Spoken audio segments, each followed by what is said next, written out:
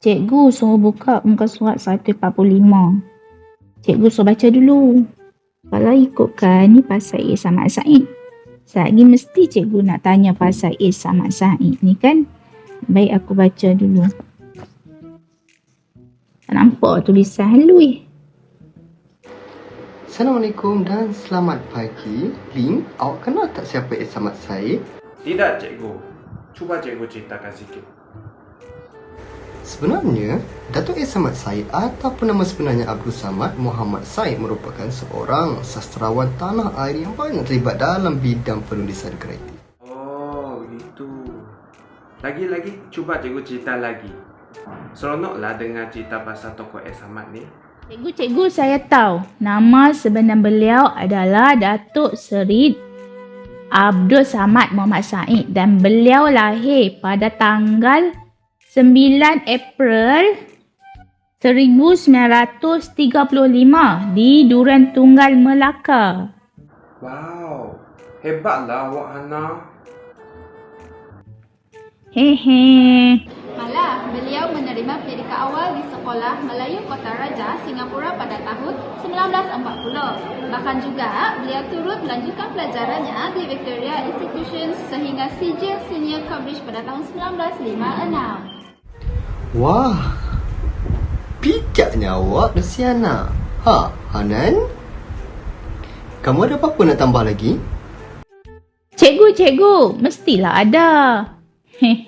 Beliau berkahwin dengan seorang penyair.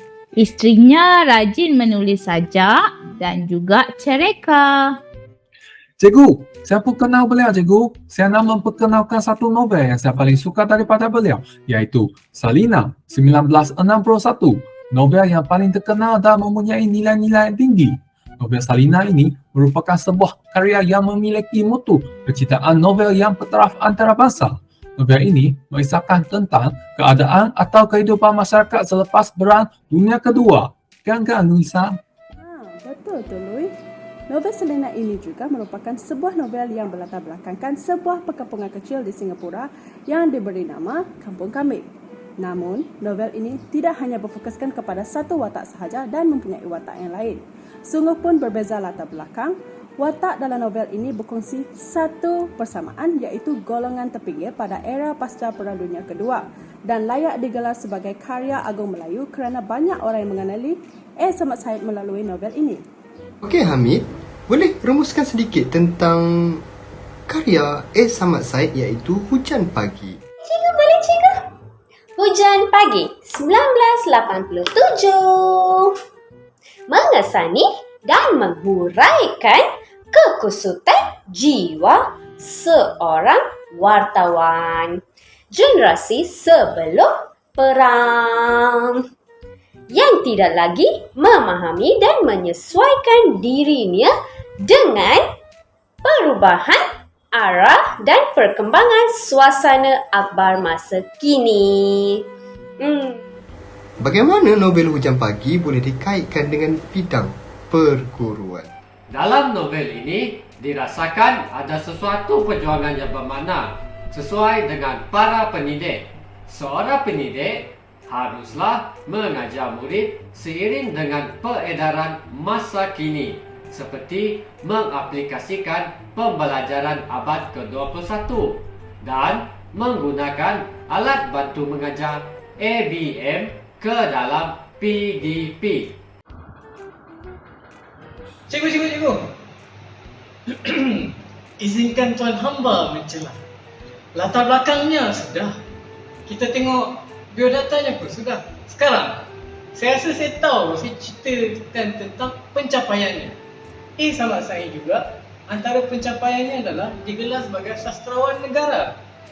Anugerah prestis awalnya pula ialah pada tahun 1967 sebagai pejuang sastra. Bijak tak saya cikgu? Okey, Zul, tambah Zul. Dia juga seorang yang hebat, cikgu. Dia nak anugerahkan Darjah Mulia Seri Melaka oleh Tuan Negeri Melaka yang membawa gelaran Datuk pada tahun 1996. Dan 11 tahun kemudian, pada 2007, dia dianugerahkan Darjah Gemilan Pangkuan Negeri oleh Tuan Pulau Pinang yang membawa gelaran Datuk Seri. Oh, mantap. Wah, hebat sungguh Ahmad Said ni kan cikgu. Maka, tidak heranlah beliau dikenali sebagai seorang sastrawan yang terkenal di Malaysia kerana karyanya yang sangat berpengaruh dalam dunia sastra Malaysia. Malah, beliau juga dianggap sebagai salah satu tokoh penting dalam gerakan di Malaysia. Ketekunan dan semangat perjuangan beliau dalam penulisannya haruslah menjadi salah satu contoh buat inspirasi buat generasi muda sekarang. Ya, saya setuju.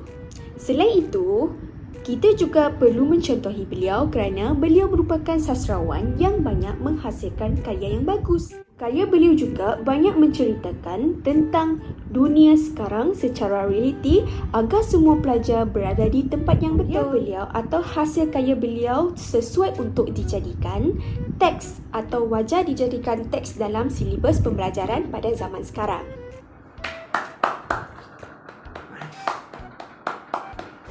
Kesimpulan, kita perlu memartabatkan bahasa sebagai jiwa dalam diri kita supaya dengan bahasa kita dapat jadi bangsa yang bersatu dan berjaya di dunia.